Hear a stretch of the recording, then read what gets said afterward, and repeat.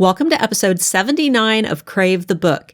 In today's episode, Amber and I are starting our reread through of Court, and we'll be covering chapters 0 through 5. So without further ado, let's go ahead and get started.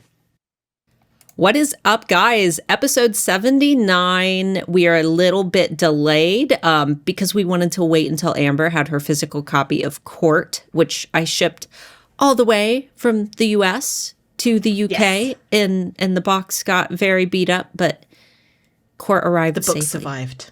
Yes. The book survived. And it's so nice to have the books finally, to feel them. To feel them. The heft. The physical. The girth. If you guys are watching on YouTube, the visuals, like the little videos that play, have been updated, so that's going to be fun. I've tried to find some videos that fit Court, I try to update those for every book that we start. But today we're covering the beginning, chapters 0 through 5 of Covet, or Court. Court! Darn it. I say Covet. I've said Covet now for how many episodes have we done? 20 Covet episodes or something ridiculous? Probably more. Let's start again. What's up, guys? Welcome to Court, the book podcast. Yes. There are so many spoilers in this episode. It's going to be really hard to not cover spoilers. So make sure that you listen out for the wolf howl, because if you have not finished Court and some of Charm, I'm assuming, some of Charm, then you're going to need to leave when you hear that howl. And I feel like this is just going to be an ongoing thing through Court, because this is only my second time reading. Yeah, I've read all the other books. I've read multiple times, but Court I have only read once, and I speed read it. So I think that we're going to have a lot of reveals. That's true. We had to read it so fast so that the podcast was out on time. And I remember not necessarily skipping entire paragraphs, but skipping entire paragraphs. Yeah. Okay, cool, nothing happens here, cool, go. So I am sure that there is a lot of things that we missed on the first read-through, because we missed a lot on the first read-through of the other books that we didn't hurry through. Yeah. So, And now Charm is out, so... Even just reading the chapters that we did, there were parts that I did not remember. This is going to... Isn't Cherish out soon as well? Yeah. Just a couple months. Well, yeah. We may still be going through... Well, we definitely will be still going through Court when Cherish comes out.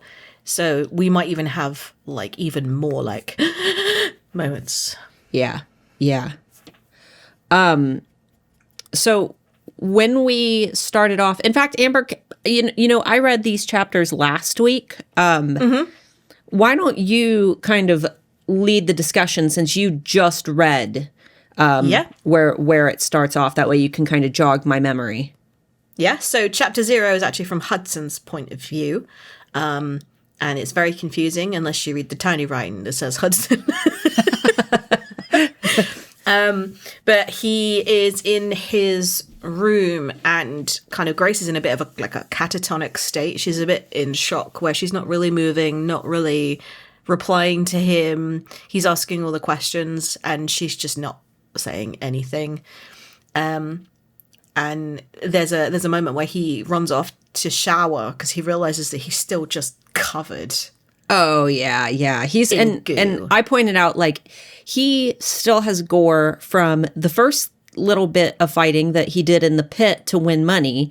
He's still got gore on him from the giant battle, and he still has gore on him from the battle at the Unkillable Beasts Island. And he finally gets to take a shower. And can you imagine how stinky he is? And not only that, but he said that he had to rush to take his shower because he didn't want to leave Grace alone.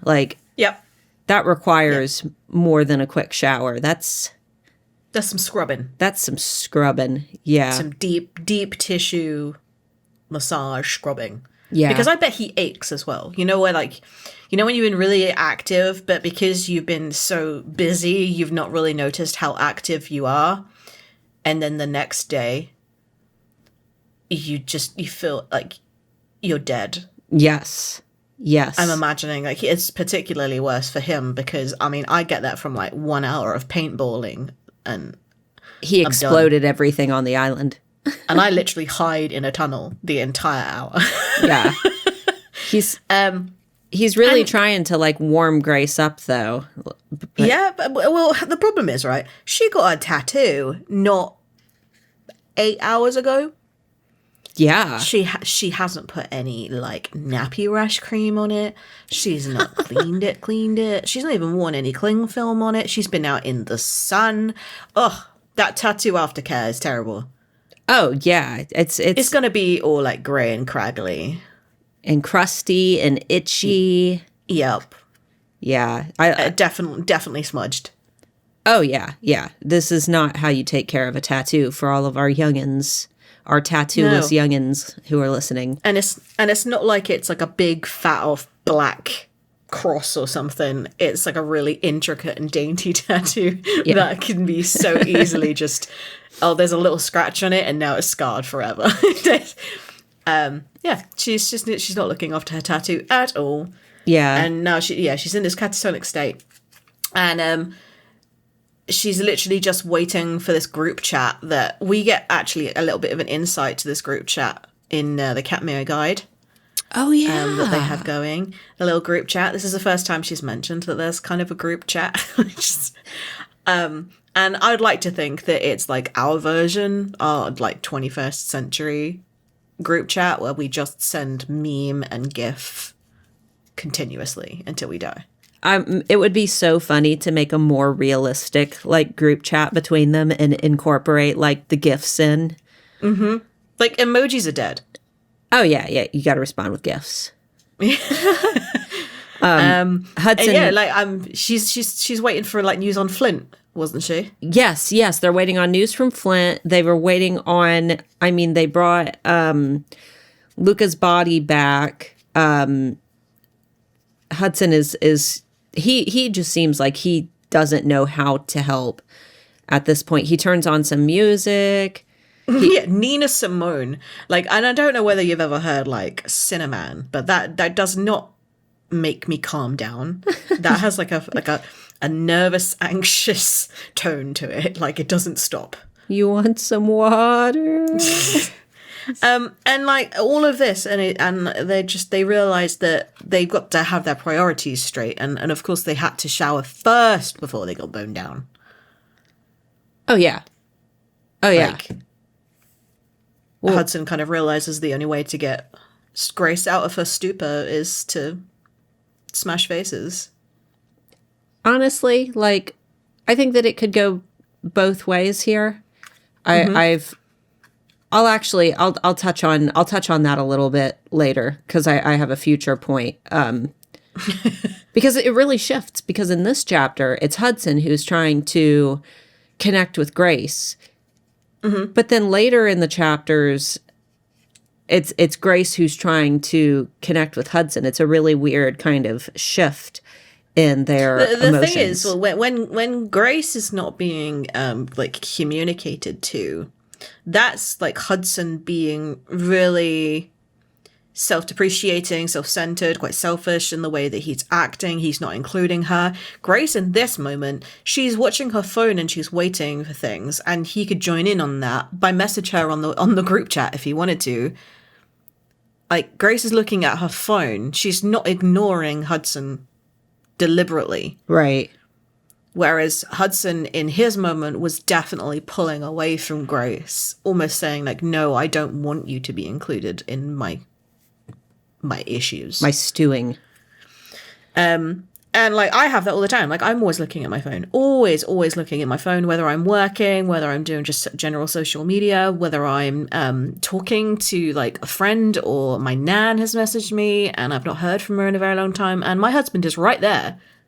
And he'll say something, and I have no idea what he said. Oh, same. Because I'm not in that moment. I am currently in a conversation with somebody else, and I am 100% aware that screens will be the death of most relationships, because it's really hard to tear yourself away from it, because you're like, well, this is in the now, this is in the moment, this message has just come through, and I have to reply to it right now. Otherwise, this friend will think I hate them. And I'm sat there, like, my husband is right there next to me. Like, I can reach out and touch him, and I'm ignoring him in favor of this person in my phone. Yeah. But the person in my phone doesn't know that my husband has just spoken to me, whereas my husband knows I'm currently talking to someone. Right. And there's a very, very fine line to walk there. I'm like, I need 2 minutes. And he doesn't quite understand that all the time. I'm like, I need 2 minutes. This is important. This is an important email. I need to reply to this right now. And he's like, do you though? Do you really need to reply to it right now? I'm like, yes, because if I clear the notification and I don't do it right now, that email will never get replied to ever again. Yeah. It's gone. It's gone forever. It is lost among the 400 other ones of spam. And in this moment, you know, it's a life or death. I mean, I'm sure that they know that Flint isn't going to die by now, but she's waiting to get any update on, I mean, really anything. It seems like she's just waiting for any answers. They've arrived back to the school to find it empty, destroyed, and she's in this mindset that everything that they didn't mean anything, because ultimately they realized that it was the battle at the Unkillable Beast Island was just a distraction for Cyrus to take all of the children. And she keeps, you know, she said that it's all for nothing, but at the same time, they ultimately accomplished what they had sought out to do. They did free the they were Unkillable going Beast. to the island anyway. Yeah, yeah. The battle just kind of made it a bit more time crucial that they left right then and there. But they got had the just crown. come out of prison. They just come out of prison, right? Did they think that they could just go back to school as if nothing happened? Oh, yeah. Like, you think that Cyrus isn't going to know that they're back at the school? Sorry, can we just matriculate again? It's like, no. You've just escaped prison. Like, literally the inescapable prison that this Lord of Everything put you in. You've escaped it. And then you just want to go back to your normal lives? No, you were always planning on going back to the Unkillable Beast and getting the crown. Which they did. They accomplished both things that they needed to do. And she's like, it was all for nothing. Like, no, you lost people. And Flint lost his leg, and it was really sad. But ultimately, everybody who showed up knew what the risks were, and they knew, you know, they knew that some of them might not come out of it alive. So Byron. Oh yeah, and we also get the Order comes in to kind of give us a lesson on what happens to vampires when they die, which is pretty brutal. They disintegrate within 24 hours, 48 hours? Unless they're put in a crypt. I didn't really understand that. Like, what's the magical point of a crypt? Like, I was like, maybe if it's like out of sunlight, is it like a mummy thing where it needs to be deprived of oxygen? And you know, like the moment where a pyramid, like you open the doors and then everything just falls to dust because suddenly you've introduced air. Yeah, I don't know. Maybe that's it. But yeah, like, did anybody else forget that Byron existed, or was it just me? I only remember that he existed because I always tie him to his mate that apparently, his mate apparently died, and that's where the bloodstone from his family came in.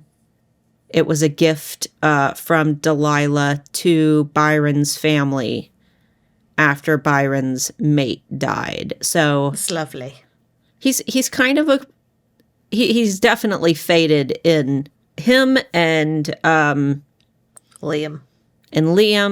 That's it. You didn't even remember his name. That's how inconsequential they are. I know. And I was like, everybody's really, really upset that like Luca died. And I'm sorry, like, why are these two people here? Right. Where have you been? Where have you guys been? Like, what were you doing? Yeah. Mackay, I mean, he's not always there, but he has a personality. But Byron and Brutal. Byron and Liam, they just, I don't have a personality for them. I do have an image of what I think they look like just because I've read, I've seen fan art, but they've not done anything on their own that warranted merit. No. Like Mackay, like he did some things, like he tried to get them out, but then got mauled by the guards, like the werewolf. Yeah. We have some, like, he tried to do things and failed, but he tried to do things. Liam and Raphael was the other one as well. Like, who are they? Where did he go? Where did he go? Is he in this book? They're like the teachers in Hogwarts that you never, ever, ever hear of, but then all of a sudden turn up at the Battle of Hogwarts. Like, and you're like, who are you? Raphael. Like, well, we needed a teacher of maths. I can't even think of what, like, I have a picture of Liam. I use Lulu Lucky's artwork, picture of Liam as my version of Liam. And then the actual Katmere guide has a good picture of Byron because he's got like long black hair in the picture. And that's how I picture him. But Raphael. Nothing. Who are you? He's the Ninja Turtle. He just shows up. He like skids in Ninja Turtle style. Like Michelangelo just turns up as well. What's up, dudes? Bring in pizza. It's turtle time. Yeah, and there's this like, I love how everybody's just waiting to see if Flint's leg can be fixed because they can't fix anything else.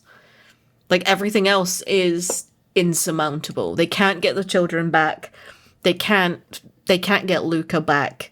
They're not really even fixating on the fact that Jackson's kind of got a soul again. Like, no one's discussing anything apart from Flint's leg, which just makes the situation so much worse when the person who is like, yeah, I can't fix it. It's like, what were you expecting? Like, genuinely, were you expecting to just walk up and go, can you put this leg back on, please? And she goes, yeah, sure. I'll take some soup. You put it in some milk. And then you can reattach it. You soak it in dry rice. Yeah, exactly.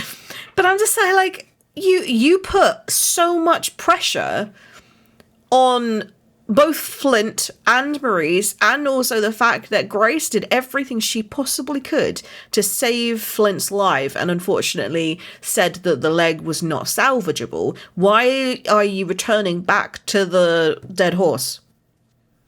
Yeah.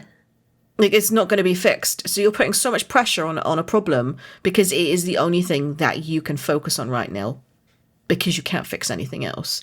And how does that make Flint feel when Flint is like, that's like, stop giving me hope. Right. That's like going up to like, to someone who is terminally ill, whose days are numbered, and you give them like a get well soon balloon. Like, no, homie, that's not how that works. I'm not gonna get well soon. And if I'm honest, I'm not surprised why he's in a bad mood, because he's very snipey and snarky and mean, like lots of comebacks, really snippy. And I'm like, I'm not surprised. Like, everybody is focusing so much on him getting better that they're not really focusing on Luca, who was the person that he's now lost. Yeah. And they're also not focusing like on when the children are, where they've been taken, when they got taken. They're asking Maurice really wishy-washy questions and then going, oh, don't worry about it. You don't have to think too hardly about it, love. I know you've been through an ordeal. Like, I would be livid that the children got taken and the one person that could give some details about it has now forgotten everything. I don't remember. Like, I would be trying to walk around the school grounds trying to work out what had happened instead of fixating on somebody's leg who got amputated trying to stick it back together. Yeah. Like, let the guy recover. He has lost his leg. He has also lost his boyfriend, who is now dead. Leave him alone to grieve and to mourn and go do something else that you can actually achieve. Yeah, because the whole part about, like, Flint lashed out at Hudson, like, really hard and was basically blaming Hudson for not using his powers to just end the battle and make sure that nobody died. But first of all, my question is, Flint shouldn't technically know that Hudson has this power, because as far as everybody else knows, Hudson's cuffed. Yeah, Hudson's power to poof things. Nobody knows that except for Grace, right? No, because he destroyed the entire arena. That's right. That's right. So they do know that he's still powerful. But also, Like, no point does anybody blame Flint for literally getting hit within the first 2 minutes of the battle. Yeah, he didn't see anything. He had a lot of judgment for someone who wasn't even conscious for any of the battle. Exactly. Which makes me think that maybe somebody else was kind of snarking in his ear. Like cluing him in. Giving him a play-by-play of what like happened or didn't happen, whether it was something that happened, but either way, it was very petty, like the way that he said it. And I'm like, you weren't even awake. You weren't conscious during that point. I see it as Flint is he's in one of those states of toxic where it's not, I don't blame him for being toxic, but he needs to just not be communicated with at that moment. I mean, have you ever had moments like, especially when you're PMSing, where rationality is just not clicking and you are aware that you're being irrational, but you're like, no, right now is not a good time to speak to me. I just need to be alone. Yeah. Yeah. I also think that nobody's given him the benefit of the doubt, that the fact that he's like grieving. Yeah. He needs time to be alone. The one thing that he kind of requests, everybody immediately either denies or is like they're not sensible about it. Like, they either give him everything because his boyfriend is dead, or they give him nothing because his boyfriend is dead. Like, that no one meets in the middle as like a happy compromise.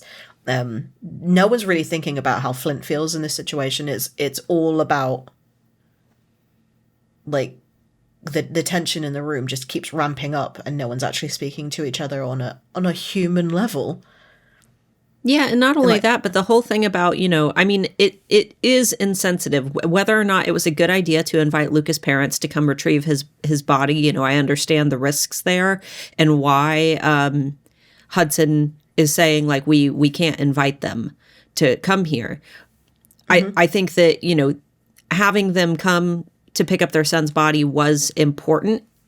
But the way that especially considering his species. Right. I think that the way that, they had this conversation right in front of Flint was very insensitive. Like, the body, like, wasn't even cold yet, It's like this just happened, and they're already like, oh, well, we can't call his parents. We can't give him the respect of that, what would be their traditional burial. It would be almost the equivalent of having, a friend die while you're out hiking and just having to leave the body for animals to eat rather than having a funeral. Yeah. And like, at no point do they go like, we have to leave Luca so his parents will come here, but we also don't trust the parents enough that we should be here when they do arrive. Like, they don't have that discussion. They just go like, well, no, they either come and we all die, or they don't come and we all survive. There is no other gray area. Right. Those are the only two options. Leave the body and everybody else go somewhere else.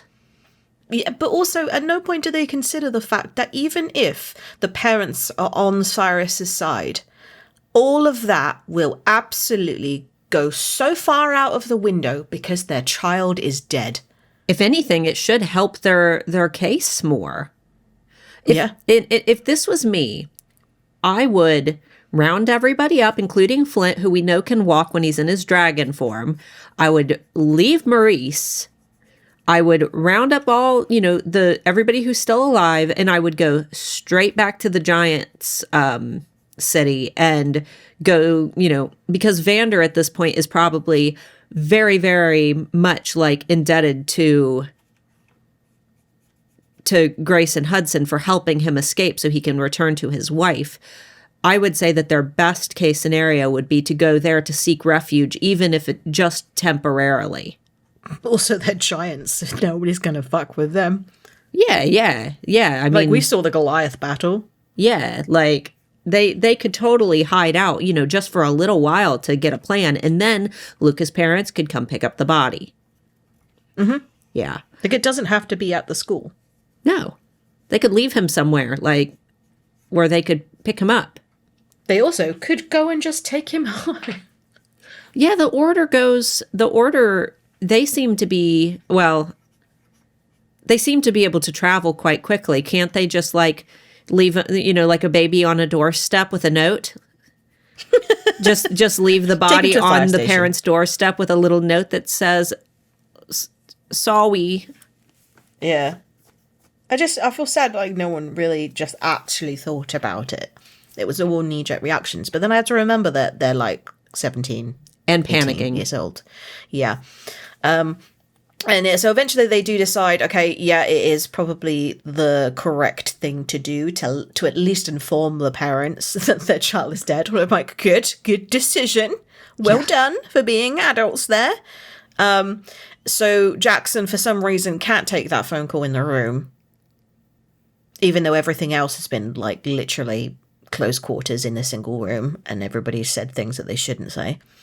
And also there is this moment where when Flint accuses Hudson of not using his powers when he needs to, Grace kind of hugs Hudson because she realizes that he's getting really like grilled.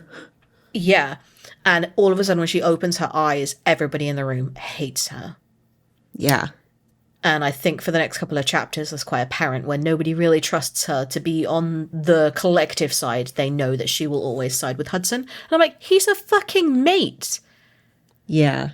Like, what would you expect? Like, would you just go like, oh, actually, no, Hudson, it doesn't matter what you think. I know you're my mate, but actually, I'm going to go with them.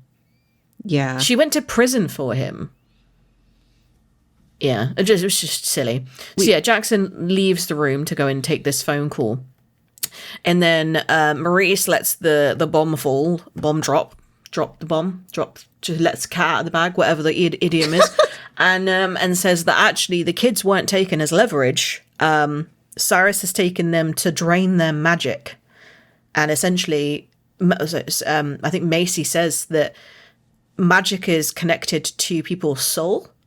Yeah. And they will die, essentially. Yeah, that's why I said it's like straight up his Dark Materials style. Like they're trying to... Right. But that made me think, this entire time when Jackson had no soul... Did he have no magic? Did he have no magic? Oh. He was strong. No, he used his telekinesis on... Hudson in their fight. Like, with this needs to be consistent. But yeah, like apparently if you remove their magic, their soul dies, and these children are basically all being just desiccated. Like little mummies. Like little raisins. Little raisins. Remy the Raisin. Remy the Raisin. I forgot about Remy the Raisin. I don't even remember what that was about. I have no idea. I can't either. So going back to the whole, like, how do you act when your partner is distant? My thing is, like, when Hudson starts drifting from Grace, why in the middle of death and destruction and war and chaos in YA novels do the teenagers always assume that it is the relationship that is the problem? Like, if I just witnessed a gory battle, I just got my hands and arms covered in blood trying to heal a friend. I watched another friend get murdered right beside me. I almost lost, an ex who I'm still close to. He basically died. And all of this was perpetrated by your father. Yeah. Like, but... Yep. And then you got blamed. Right. Because you could have ended it sooner and you didn't. Like, why would Grace assume, like, oh, it must be me. He doesn't want... I must hold him and love him and kiss him. And no, you need to give him a little bit of space, even just a day, to cope with his trauma. Now, granted, Hudson could communicate a little bit better and say, no, I just need to not be, I need a little bit of space. Now, again, granted, right when, Grace starts hugging all over him and kissing on him, they he goes like feral, as all YA dudes do when there is trouble and they are resisting, and then like they just melt and decide that it is what they want. But I don't really think that that's how situations like these typically play out. I think that the better thing to do when a partner is, pushing away after trauma, right after trauma, is to give them a little bit of space or ask them, what do you need from me? Yeah. And try to respect their space a little bit, because he's clearly showing signs of not wanting to be smothered in that moment. And that goes without saying. She literally had a moment not 5 minutes ago, which started her panic into thinking, he doesn't think I have faith in our relationship, was because she realized that whilst their little canoodling moment earlier, that children could be dying. And she's like, I was so selfish. I can't believe that I would take time out of my day, out of all of this chaos, and like share a moment of love with my boyfriend / mate / life partner, because these children, they were being drained of their power. And I'm saying, like, you didn't know that, but also, even if you did, you are allowed to make time for your relationship. Yeah. And then literally she makes a face at Hudson of shame, doesn't she? She shows like how ashamed she is that they were literally kissing whilst children could have been dying. And then literally she goes back to kissing him again to try and pull him out of his trance. I'm like, just maybe she's just really horny. Teenage emotions are confusing. From what I remember of Court as well, horny is just the main theme. Oh yeah, it's edging central. And yeah, Michael said, like, they literally get to his room, and she's like, "Oh my god, that bed looks so good. I'm so tired. Like, everything is dragging." And then they go back to the kissing and cuddling, and I'm like, "Oh my gosh, just go to sleep." I know. I said I would be dead asleep after everything she's been through. She has not slept since the prison. Nope. And then after all of that, she literally is drifting off asleep, having some weird dreams. But then the unkillable beast starts talking to her in her head. It's like, "Wake up, wake up!" And I'm like, you could have got 20 minutes extra, easy sleep. And that's if it was just kissing and didn't just fade to black. Yeah. But they didn't go to bed, so therefore she didn't get her sleep. Nope. Let's play a game of how long does it take Grace to sleep? Because we're going on like, what? At least a day. At least a day. We'll see when she finally... She last slept the morning of going to the pit. Yeah. So she had the whole 12 hours of being in the pit. She then had the fight with the giants. She then got to the graveyard. She then went to the Unkillable Beast's island. She then had the battle of the Unkillable Beast's island, where she literally zapped all of her reserves and everybody else's. And then she got back to Katmere. Then she was waiting all night to hear whether Flint was okay. And then they found out he wasn't. But it's not been 24 hours since Luca died. So... Is it 24 hours or 48 hours that they disintegrate? It was 24. Was it 24? Okay. Yeah, and the parents said that they would be there in the morning. Got it. So I'm saying it's been at least 24 hours since she slept last. Yeah, because I believe in the next chapter, she gets up and goes and talks to the Unkillable Beast, right? Yep. Yeah. Yep. And it's before everybody else is asleep. No, she goes to Macy's room. I can't remember. Because she packs her bag. Remember her war bag? Oh, that's right. Her battle bag. Yeah, so... And Macy's still asleep. Okay. So actually, I think it's been all night. She maybe slept for an hour.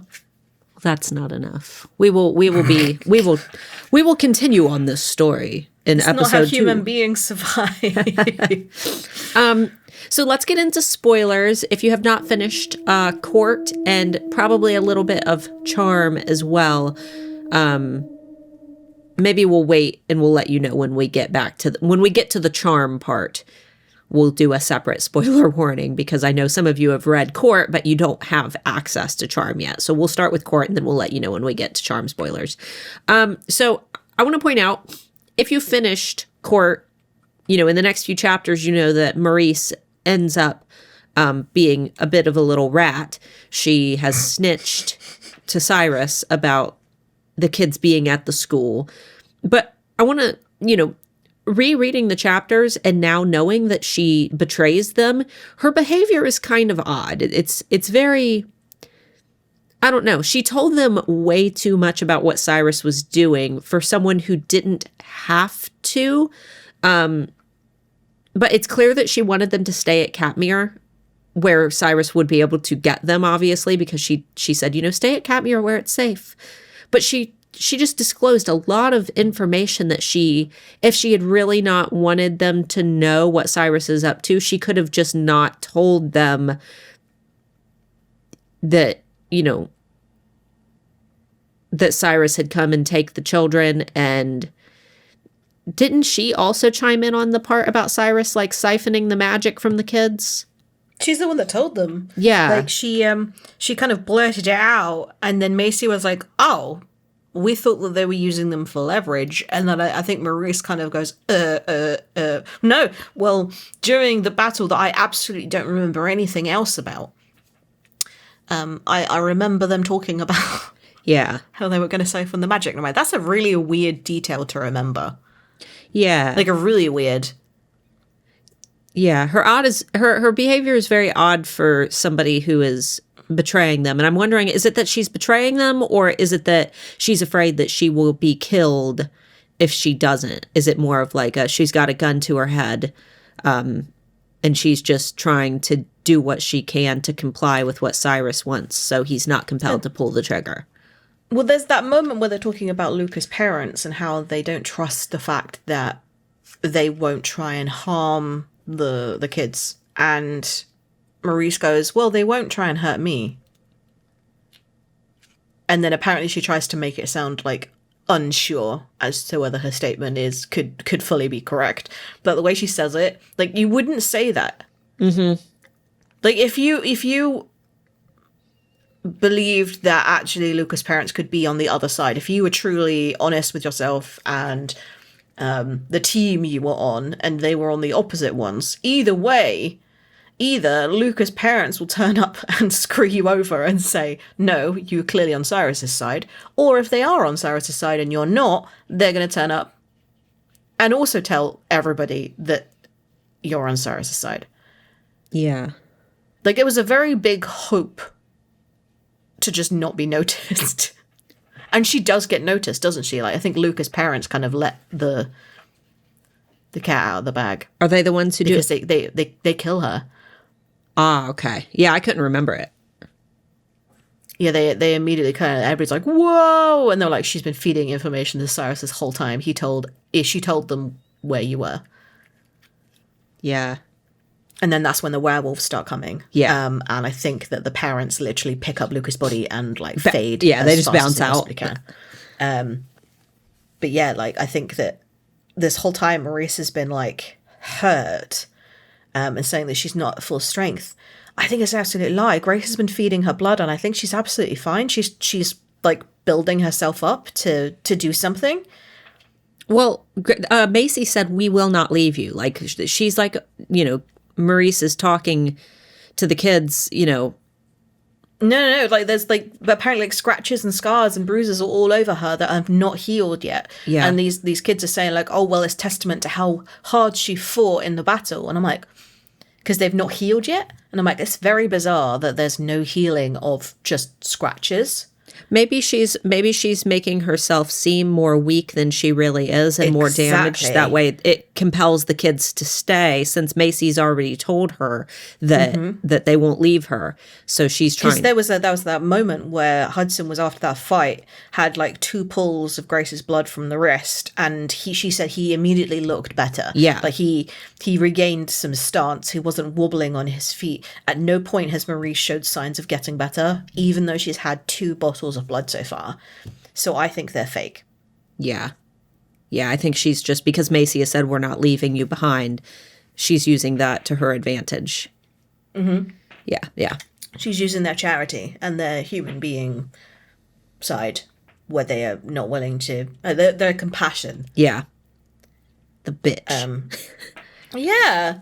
And there's the whole, like, I don't remember anything about the attack, and yet this weird detail, like, I remember. And I'm like, that's just weird.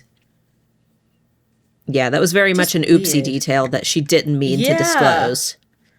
And I remember her being really flip-floppy about Luca's parents as well, where she didn't really know, and I don't think she knew which side they were on. Because she wasn't exactly like, no, like, you can't trust them, you need to go. But also she wasn't like, no, I'm sure they won't hurt you. Yeah. Well, because she probably didn't know. Oh. Yeah. And also, like, well, whatever is going to mean that you stay here longer. Because if she had told Cyrus where they were, and then all of a sudden they had a reason to leave, she was then no longer going to be able to feed him more information. Yeah. So she was like, well, whatever you want to do, like, I'll be with you. Yeah. She was very pliable. Yeah. And whenever anybody's like that, you're always like, You know, like, oh, yeah, I hate, I've forgotten every band ever. I hate My Chemical Romance. And you're like, oh, I love My Chemical Romance. Oh, me too. You're like, yeah, you have no idea about your own personality, do you? Therefore, I don't trust you. Golden Retriever mentality. Yeah. Like, whatever you like, I'll like too. Even if I don't like it, I'll try and like it. Right. I'll say that I like it as to not cause friction. Yeah. Chameleon. Yeah. Which is kind of creepy in some senses, but also makes the best days because that person's very easy to get outside. It's like, what do you want for dinner? Anything you want. Okay, we're getting this. I don't really like that. Yeah. Like, I love that. And you're like, yeah, I knew you would because you're an absolute flop. And then another note that I made was there has been nothing shady about Liam yet. I know. He really is just another background type character. We don't get. But I thought that there would be like little like glimmers of like maybe it was Liam who faded to go and make the phone call for Luca's parents. Like, I thought that it was going to be like that sort of thing where it looked like he was doing one thing, right, but clues. actually was sabotaging. But he doesn't do anything. Well, maybe we'll see some more on the read through. Maybe as we go, maybe we'll be able to. I think Phoenix is right, where she's like, Liam got done dirty. He didn't do anything, and I think she's right. I don't think Liam did anything.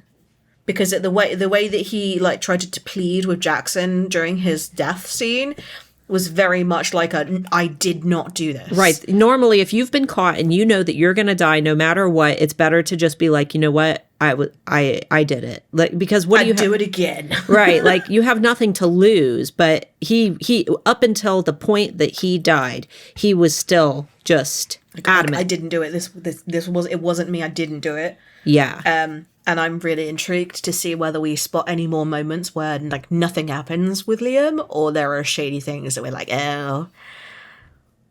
But I don't remember any at all. Yeah, because I was suspicious of Mackay the whole time. I'm like, it's Mackay. Mackay is going to be the bad guy, and then it ended up not being Mackay. Yeah, and I just think that the way that Cyrus was very much like, like Liam has been sending me your like location and stuff, and then just immediately kills him, and I'm like, that was really weird. Like, you wouldn't kill your informant. No. And like, it's really strange. Unless he's just disposable. He's like, the little messenger boy that's easily replaceable, and Cyrus was just killing him to make a statement, but.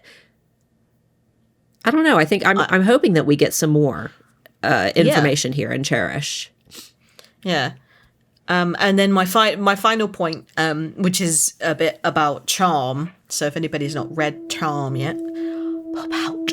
Leave. We love you. We love you, but come back later. Okay, you gone?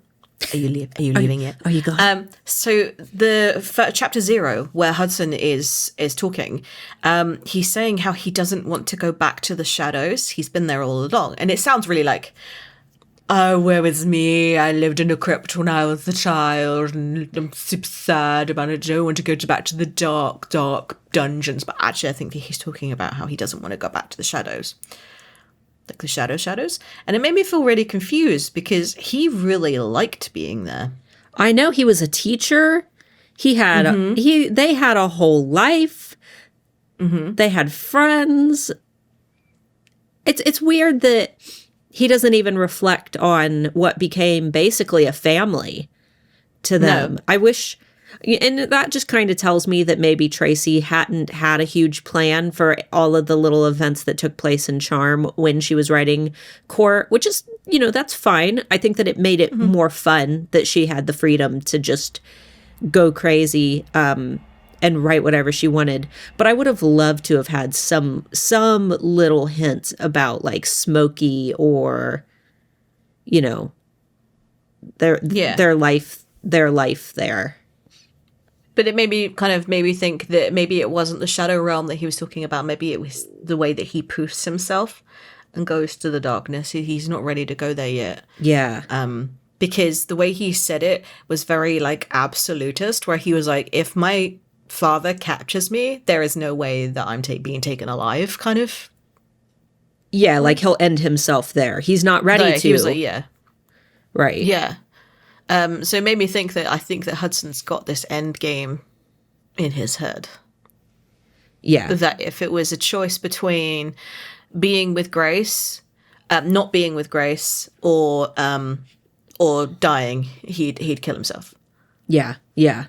And I think, obviously Tracy has to write, sensitively, but I think that was kind of what was implied, that he there is no world for him without Grace. But at the same time, he's not ready for that. Yeah. He doesn't want that, but he will. Yeah. Yeah. But that did make me wonder whether we'll see more of that towards the end, because I mean, he has this moment of chapter 0, and then in chapter 3 or 4-ish, when Grace is trying to capture him, that's very much of somebody who is in that mindset where he's like, I'm leaning more towards oblivion. Yeah. Than anything, and she's trying to claw him back from that, but she has absolutely no idea how he's feeling. Yeah. They need to communicate more. Like, I know I say that every episode. Of the book. Like, communicate more. Y'all need to communicate. They do in Charm, though. That's what I don't understand, is in Charm, they're like a perfect couple. And then Hudson reverts. Not really, because there is 3 months, isn't there? An entire 3 months where they don't talk to each other. You're right. At all. You're right. They do. They do. I think they had to go through that to realize that what they have to say to each other is actually really important.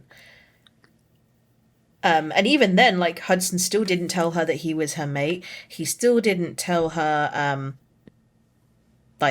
much. He didn't really communicate a lot. Yeah. Yeah. So yeah, they've still got teething issues even when they were the perfect couple. So I'm hoping in Cherish, when they've got all of the relationships that they've ever had across any time zone, that they'll put them together and realize that they can talk. Or they need a therapist, one or the other. Either Yes. solution would be great. Yes. All right, guys. Well, thanks so much for listening. Next week, we will continue our adventures through Court. Make sure that you join the Crave the Book Podcast Tea Room on Facebook as well. It's been a little quiet lately. Amber and I have been very busy, but please feel free to hijack that group and talk about some of the things that we've brought up. If you want to add to any of our theories, if you have your own theories, start some discussions. Shut the fuck up, Amber. Yeah. A little rubbish. Yeah, your theories are absolutely wrong, and here's a 20 paragraph explanation as to why you're wrong. Give us that. On page 456, I think you'll find. Yeah. I'm like, oh, no. But yeah, guys, thanks so much for listening, and we will see you next week. Bye-bye.